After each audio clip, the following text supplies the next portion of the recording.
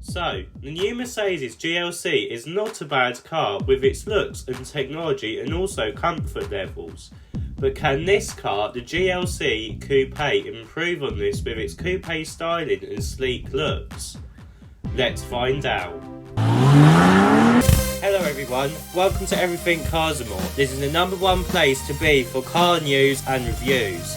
Sit back, buckle up, let's go.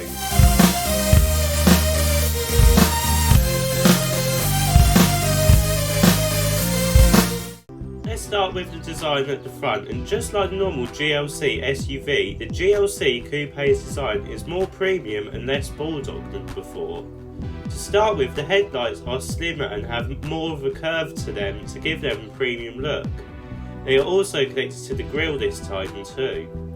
The grille is also slightly different and it is more curved and has a new grille design with the Mercedes star pattern on it. Lower down on the bumper we have a respectable central air vent and the side vents are connected, giving it an aggressive design, which I do like over the old GLC Coupe.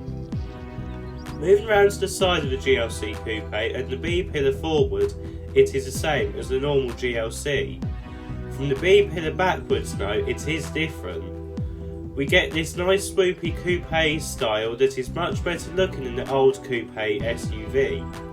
Rather than it looking like an SUV, it looks much more like a coupe than before, which I do much like. It makes this car look much more premium and more expensive than before too.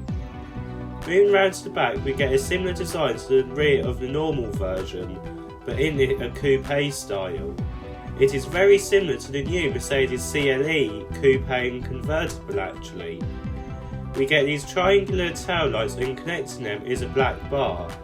We also get a boot lip spoiler and the number plate has been moved down onto the bumper, which makes this car look more like a coupe saloon, which I like. Sadly though, we do get some fake exhaust like all other Mercedes. Let's have a look at the engine options that you can have with the Mercedes GLC Coupe. So, let's start with the diesel engine strangely, as these are the most obvious pick for this type of car. To start with, you can get a GLC 220D. This uses a 2-litre turbo diesel unit and it has 195 brake horsepower, but because all the engines are mild hybrid, just like the normal GLC, you will get an extra 21 brake horsepower with it in hybrid mode. 0 to 62 is dealt with in 8.1 seconds and it comes with Mercedes 4MATIC 4-wheel drive system. Next up is the GLC 300D. This uses the same engine, but power has now been upped to 265 brake horsepower with the engine, and the mild hybrid engine stays the same at 21 extra brake horsepower on top of it. This reduces the 0 to 62 time down to 6.4 seconds, which is quite good. For petrol engines, we only get one in the UK. This is the GLC 300. This again uses a 2-litre turbo petrol unit with 255 brake horsepower and a 21 brake horsepower mild hybrid motor on top of it. 0 to 62 is done within 6.3 seconds and it is driven by the 4MATIC 4-wheel drive system. MPG is around 37.7 miles per gallon on average, which is good for this type of car. The diesel engines do get more though, on average of 50 miles to the gallon. In the UK we don't get the plug-in hybrid option, which can be seen as a negative, but to be honest, I see it as a positive. Watch on to find out why. The price of the new Mercedes GLC starts at £59,355. Let's have a look at the interior. So, getting inside we can see the interior is completely different from the older GLC. This interior has been taken straight out of the C-Class. This means we are getting the new second generation MBUX system, which is easy to use and has a very clear central screen. We also get a very good instrument cluster, which again I like. The steering wheel on the other hand I am not sure about because of the touch sensitive buttons. The overall feel of the new buttons is a lot more premium than before, and the overall design of the interior is better than the previous GLC, and even the rest of the Mercedes range with the older interior design. I also like these seats. They may look odd at first, but they are very comfy and you can easily do long trips in them.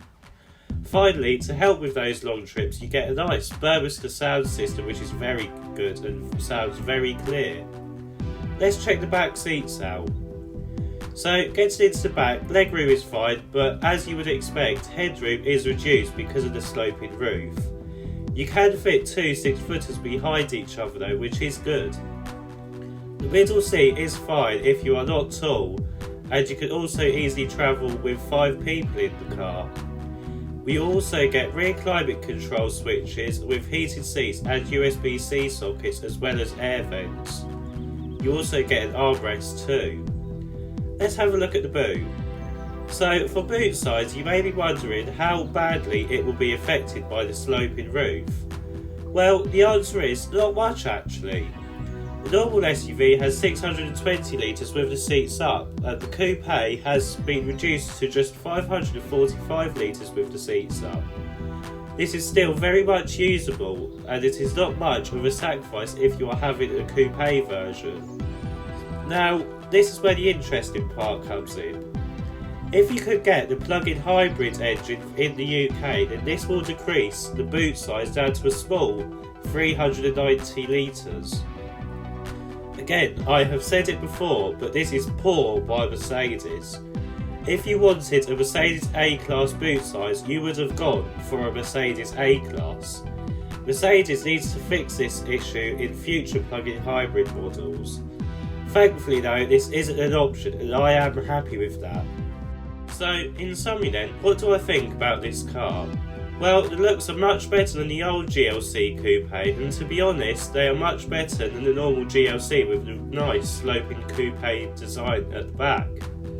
It has turned the normal GLC, which is a great car, into a more premium coupe that will stand out from the crowd. If you want a high riding position with plenty of power but a sleek coupe style, then this may be the car for you.